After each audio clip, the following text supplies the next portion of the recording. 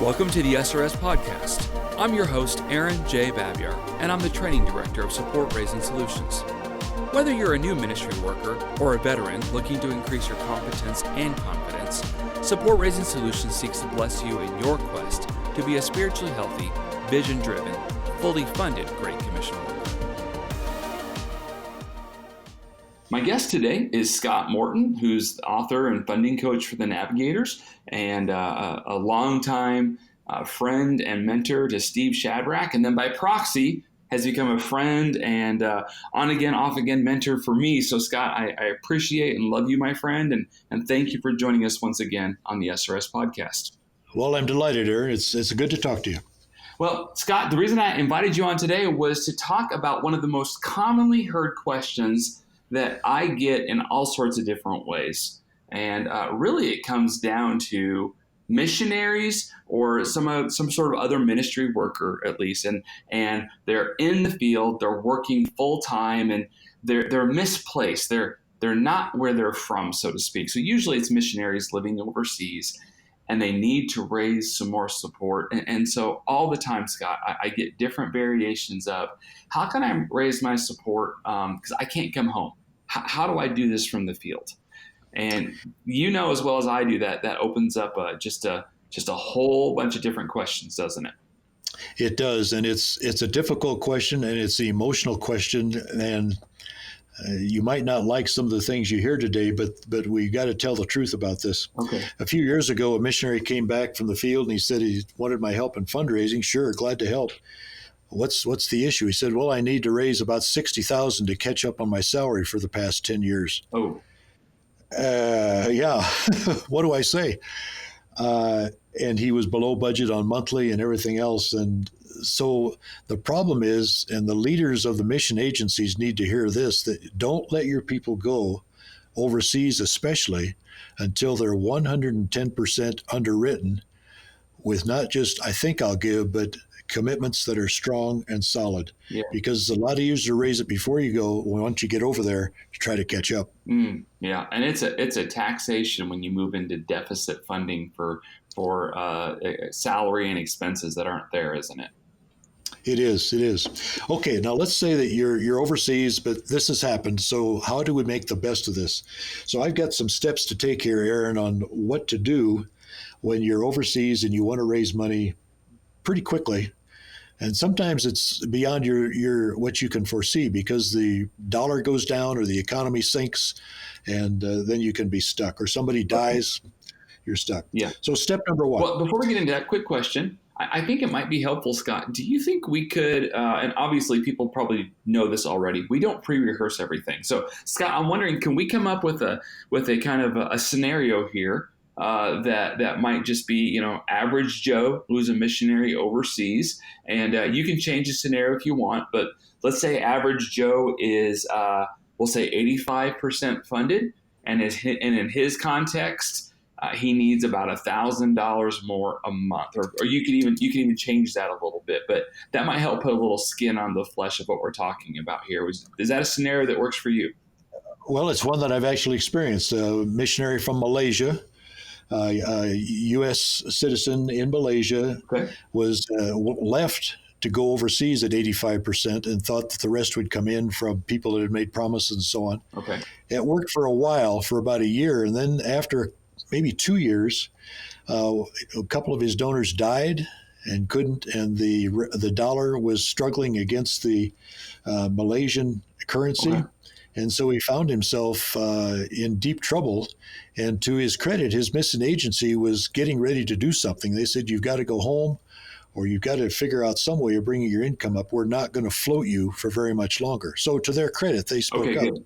Now, so does that fit the scenario, Aaron? I think that fits well. I think that might not be too far removed from some of our listeners. I think some of our listeners, their agency might not quite be breathing down their neck yet, but they are getting concerned. They know they have an issue.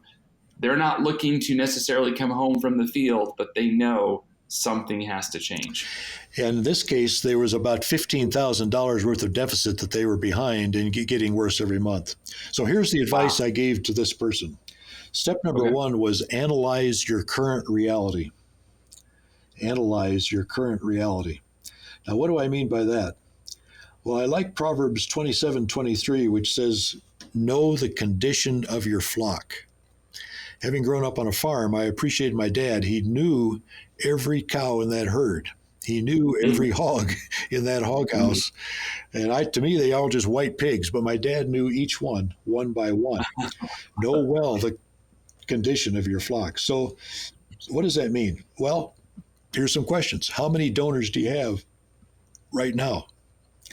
How many monthly donors have stopped support? You know, Aaron, it's amazing. I don't know what you found, but sometimes a monthly donor will stop and it takes us 2, 3 months to even notice. Oh, for sure. I try and notice very quickly. In fact, I've tried to set up some different systems and things to make sure that that doesn't slip through the cracks. But I can think of at least once last year where somehow I missed it. I mean, it took, I think it was probably 10 or 12 weeks before I went, wait a minute, how did I miss this last month and the month before? What's going on here? So it happens, right? It, It does happen. it happens, but we need to be vigilant to look at our report every month and make sure that we catch it right away. Another Hmm. question is how many annual donors have stopped? And this should be an easy one to catch, but sometimes we even miss that they give once a year. And then a couple of years go by and we realize, hey, they haven't given it a couple of years. And sometimes then it's too late. Yep. Another one is how much cash are you short each month on average? So, what's your average donor base? And then the question to ask is, what's my official budget? And then subtract your donor base from that official budget. And then that gives you your holy number. That's the amount of money you're going to raise. And that's the number you're going to give to people. And Aaron, I think that number needs to be prayed over and say, Lord, is this accurate? And maybe the supervisor would even say, well, it should be lower, it should be higher. But as Yes. husband and wife together agree on what exactly am I trying to raise? What have you found? Well, Scott, I agree with all of that there. In fact, there was a few different things. One is I think we need to be honest about math. Math is not emotional. It's not feelings based. It's just the reality of sitting down and crunching numbers.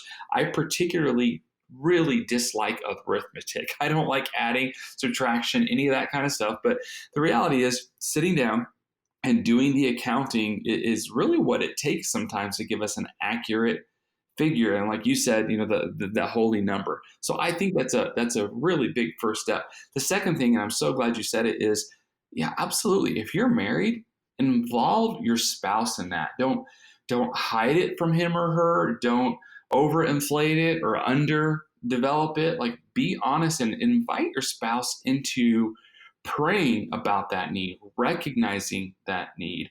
Walk together in the unity that God brought you together in marriage, and owning, hey, we believe this is what our actual need is, even if it seems a little intimidating. And then lastly, you said talk about it with a supervisor. Definitely, I totally agree. Even if your supervisor is a little passive about it, or a little green, or rubber stamping of it, let your supervisor, let the person that you report to know, hey, because this is the math, and my spouse and I, we're on the same page of this. This is what our actual need is that we need to accomplish. Because Scott, I'm sure you've seen this too. When your boss or when your supervisor understands that a change is needed, that they typically will allow you to readjust your schedule to meet that need. Wouldn't you say? Oh, yes. Yeah. I think our leaders are wise to that. But I appreciate what you said about math, Aaron. I call it metrics. And what I like to say, metrics are the truth serum of fundraising. So, Yeah. so imagine giving yourself a shot of truth serum and then you're going to blab out everything you know. You'll tell the truth. Metrics tell the truth about your fundraising. I don't care what you tell me about how God is blessing. Give me the metrics. Yeah. Well, here, I'll give you a metric right now that I've heard from several different people, including a friend of mine that got fully funded, quote unquote, for the first time about a year and a half ago. He got his metrics right, and he got back established in a community in which he serves in Africa. And while he began to do the work of the ministry, and then he began to be, even though he was fully funded, they began to be short on money a little bit. And I got a WhatsApp text message or call, and it wasn't quite crisis, Scott, but it was definitely like, Hmm. hey, I've realized I have a problem with my math, I think he said. And I was like, what's that? And he said, I only raised money for my family to thrive. Our ministry is going to cost us about $1,000 to $1,500 a month. We've always paid for everything out of the same pocket. I I need to raise a little bit more money. Yeah, sure. So sometimes the truth serum that you're talking about, we we definitely need to find that and use that. But that budgeting process is sometimes a thing that people learn as they're going, right? It is, and it's a scary thing. So let's say that our guy in Malaysia here is going to raise 15,000. He's done all his homework and he came up with 15,000. And the more he shared it with his wife and the more he shared it with his supervisor, it was actually 19.5 instead of 15. So that is usually, I find missionaries don't want the higher number to raise because it means more work. Right. But in the long run, that advances the gospel the best and keeps your spouse happier the longest. Good, good, good, good. You might have heard us mention or refer to SRS Foundations, which is essentially the online preparation for SRS boot camps. It's a tool for leaders within organizations to use in a couple of different ways. For new staff training, as the online training component, which is combined with your own organizational live in-house training, or it can be used as a refresher training for your veteran staff. In order to have access to SRS Foundations, you do need to be an SRS Network member. Okay, so yeah, let's say now we're ready to go to work. He's got his holy number, 19,500. And the thing I'm going to recommend is that you return home from the field. Okay, hold on. Scott, I can't leave, man. I love my ministry. They need me so much. If I go home from the field, this orphanage is going to fall apart. Or if I go home from the field, nobody's going to talk about Jesus for the next month or two. I can't do that. Now, obviously, I'm not saying that, but I've heard variations of that, and you have too. No, I've heard that before, and my answer is, well, how long can you hang on by your fingernails here doing what you're doing? Because in the long run, less of the gospel will be shared, fewer orphans will be fed in the long run if you don't get this money right now. So it's short-term thinking versus long-term thinking. But it's true that we think if I leave the ministry for more than 2 weeks, it will die. Now, Aaron, I also confess that I was doing this in Illinois a few years ago with a group of campus missionaries, and their boss said in the middle of the meeting, okay, I appreciate what Scott's saying, and I'm just giving you an order now. Everybody's going to take 6 weeks off come January 1 to raise your money. You've got 1 week to set your campus in order, and you're off duty, off campus for full-time fundraising. Oh. Well, you could have heard a pin drop, and then a fight broke out. It was awful. But you know what, Aaron? They did it, and every one of them came back fully funded. Wow. And I asked one of the guys, did the ministry die while you were away? He said, sadly, no. He said it went just fine because people stepped up and took care of things while he was gone. So, yes, that's a common natural expression that if I leave, it will die.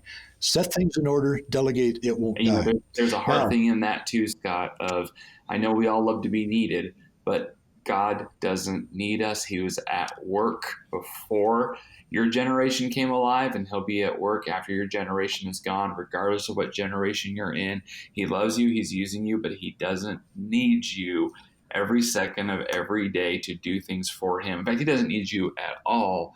And if you think he does, you're sadly mistaken and overthinking your necessity in the kingdom.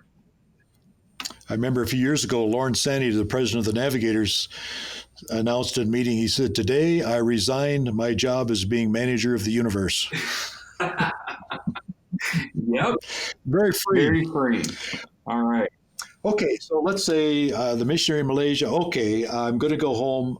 What am I going to do? Well, you need to make your fundraising plan before you leave Malaysia. If you get home and then say, well, okay, now I'll work on my fundraising plan, it's too late because when you get home, there's family that wants to see you. There's things that need to be done. There's jet lag. So you make your fundraising plan before you leave. And I'd say there's 3 things that need to be in your fundraising plan. Number one, your top 25. Who are 25 people that you're going to talk to invite to join your team? Number two, go to your home church. Your home church or churches needs to know about your situation, and maybe they can help. And number three, see if you can find 5 anchor donors. Anchor donors are people that give anywhere from $5,000 to $15,000 a year. And anchor donors usually prefer to give annually rather than monthly. So 3 things: top 25, home church, and 5 anchor donors. How does that sound? That sounds great. That sounds great. And honestly, I just want to say it's such a it's not just an issue of time and focus and travel. It's all those things. But the reality is, I see that people, when they make that trip home or to wherever their place is where they get to raise their support, something happens where that whole concept of momentum really kicks in, because they're not distracted from their wonderful other ministry that God has called them to. But this is ministry, and it allows them the time and the focus on this ministry. And it just tends to be so much more fruitful and productive. And so I completely affirm everything you just said, Scott. Yeah, I like your word focus. And I'm going to recommend that you plan on doing 3, 4, or 5 one-to-one appointments per day. Now, the first couple days home, you'll need to say hello to your parents and spend a couple days to see everybody. But then you need to tell people, I'm here on business. I'm sorry I can't attend the children's birthday parties this month, but I've got 30 days to raise $19,500, and I'm going to be working hard. So it's a matter of focus. And I think 2, 3, 4, 5 appointments a day is what we need to do. Does that sound totally wacko? What it sounds like is progress based upon those I have talked to.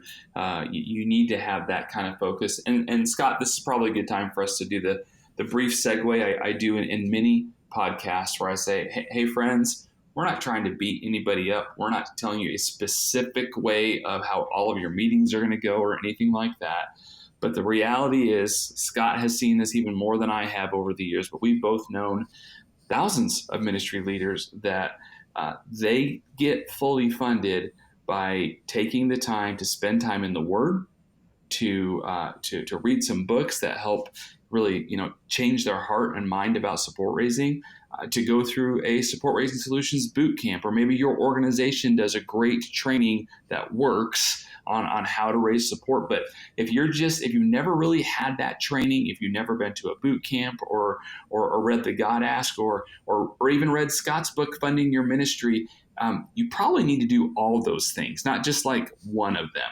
In fact, Scott, tell us a little bit about that Funding Your Ministry book, because that's a great resource, and that's honestly the first support raising book that I ever read. Well, Funding Your Ministry was published a while ago, but I did the Bible study on fundraising just to save my marriage in our first year of going on ministry. We were not doing well, and I didn't know what to do. So this book is a result of all the Bible study and worksheets and encounters I've had with many missionaries over about 30 years. So it's got some Bible studies and some practical tools, some worksheets that will, and even giving you the language of what to say in certain times that you can modify, of course. But I think it's a textbook that you use for life as you're in the field. Yeah. Great. And where could they find that book? I would go ahead and let you give the promo for that.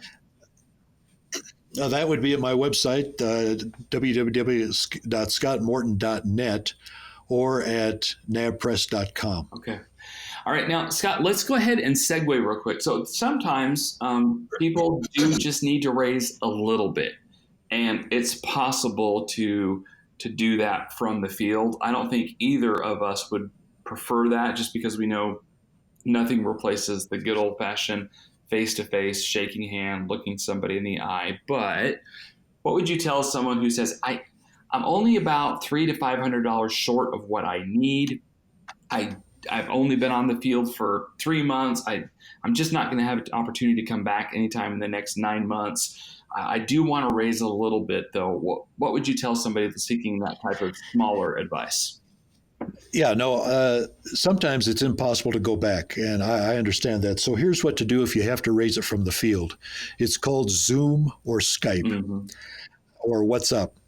I think we can do face-to-face calls on Skype just as well. So here's my suggestion. So number one, send out a letter to your entire mailing list with what your situation is. Let them know. Ask them to pray, but tip them off that you're going to be talking with them, and that letter can be an appeal. Now, maybe you just sent an appeal out a year before trying to get to the field, and now you're asking for more. That's okay. If there's someone you think might be offended by the letter, just take them off the list. Don't send this letter to them if they'll be offended. Right. So number one, I think a letter, and number two, follow up with Zoom and Skype calls one-on-one. Okay. Yeah. So this is going to mean going back to finding lapsed donors, maybe people that promised to give and never gave more than once or twice. Go back to lapsed donors, create your top 25 list of people that need to hear your story, and then just like as if you were setting up an appointment face-to-face in a restaurant, set it up for a Zoom call.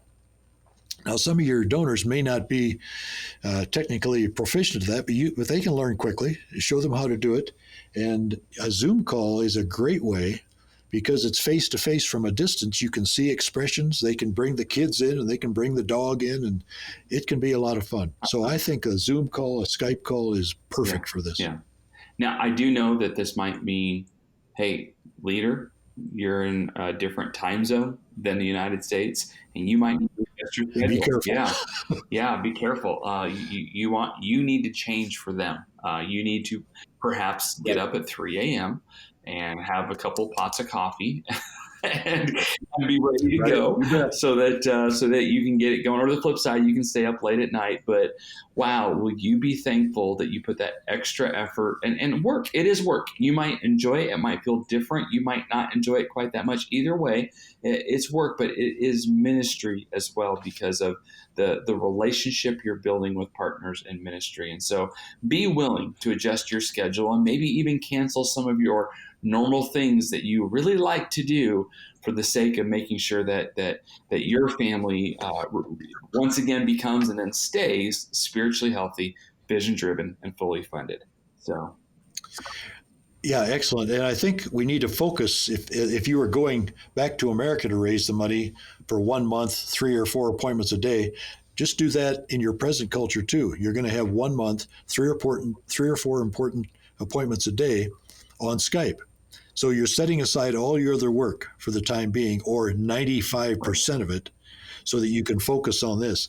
You know, Aaron, I've found that most times when missionaries focus on fundraising, they actually do okay. That's seriously, that doesn't surprise me because it's the focus, right? It's the focus. Yeah. Wow, great. Yeah, it works. Okay, so how much time should a missionary spend in fundraisings to keep this from happening again? I don't have a Bible verse on it. I'm still looking for one, but I like to tell people 20% of your time, 1 day a week, should go for fundraising and donor ministry. I don't base that on any guideline from Scripture, but just over history, as I've watched missionaries and leaders, it seems like it takes about that much. Now, maybe a little less if you're fully funded and in reserve, but let's look at our fundraising and donor ministry as ministry. It's just as important as the other field ministry that we do. So let's be sure to communicate well. Now, what do you do with this 20% of your time? Let me suggest a few things. I like to recommend 4 newsletters a year. 4 newsletters a year to your whole mailing list. And on top of that, I recommend 2 or 3 donor-only letters per year. So that means the donors will hear from you 6 or 7 times a year. Another guideline I have, I don't know about you, Aaron, but if a donor or someone on my mailing list writes me a letter or makes a phone call or sends me a text, I am going to respond to that. I'm not going to ignore it. But I'm surprised many missionaries, they just don't respond to a question or a text that they receive, but take the time to do just that. Yeah. Another thing I like to do is I try to phone 1 donor a week. Now, from overseas, that might be difficult, but you'd be surprised at how effective it is, even if you have to leave a message, because people in America are not getting a call from Malaysia every week. It just doesn't happen, and it'll be important. Then one more thing. In addition to the 6 or 7 times a year a donor hears, I like to send a gift at Thanksgiving time. And if you're in Malaysia, it could be some little painting or some artifact from Malaysia that doesn't cost very much. Ship it to one of your American donors and ask them to send it out to everybody else. That little souvenir we think, well, it's nothing, but it really means a lot to people, and you'll find them on bulletin boards when you come to visit. This goes back to a conversation that we even talked more in more depth on a previous podcast about having a plan, having an end-of-year plan. But at the end of the day, this all comes back again to having the time to focus. And this is not a distraction from your ministry. It's a part of it, and it needs to be a part of your workflow as well. Yeah. And then another rule that I do, if a monthly donor misses 2 consecutive months, I immediately phone them. And what the language I use is to say, Mr. and Mrs. Jones, your support is usually so faithful every month, but I've noticed the last 2 months it hasn't come into our account. I thought I should call and see if everything's okay. Yep. Now, that's just the language I use. You're not accusing. You don't say, hey, you missed, cough up the money. That's not going to do it. So give them the benefit of the doubt. They don't like that. They don't like that. No. And it could be a problem with the mission. The money got put in the wrong account. It could simply be that, or maybe they lost their receipt, or they changed banks. Could be a lot of things. But after 2 months, you got to check with them right away. And don't send a text, and don't write a letter. Talk to them on the phone. One time, the guy said, well, I lost my job. Oh, I didn't know. So we were able to have a wonderful conversation. Good. Well, Scott, I think that we've probably taken our time for this podcast today. And so to the listeners, I would encourage you, first of all, take a lot of this to heart. Scott has got so much wisdom. This is not his first time around the block. And so he's not just making things up as he goes along. He has. Oh, thank you. Well, Scott, I know you coached and counseled and trained leaders from all over the world. This is definitely not just a USA-based podcast, even though we often speak to Americans. That's not our only audience. And also, share this with people. It's so easy to share a podcast with someone these days. If you click into the notes, a lot of times there's a little way to link it up to your WhatsApp or your Signal or even your iOS, whatever else. But please share the podcast with others and subscribe. Hopefully we'll have more content for you soon. But Scott, my friend, thank you again for joining us today on the SRS podcast. I really appreciate your wisdom that you brought to us. It's a pleasure, and thank you. Thanks for joining us for this episode. We would love to hear your ideas for future content. Please visit supportraisinSolutions.org/feedback to share your thoughts and questions. Also, wherever you download your podcast from, be sure to subscribe for future episodes and come back each week to gain more insight into the process of building and maintaining your personal support team.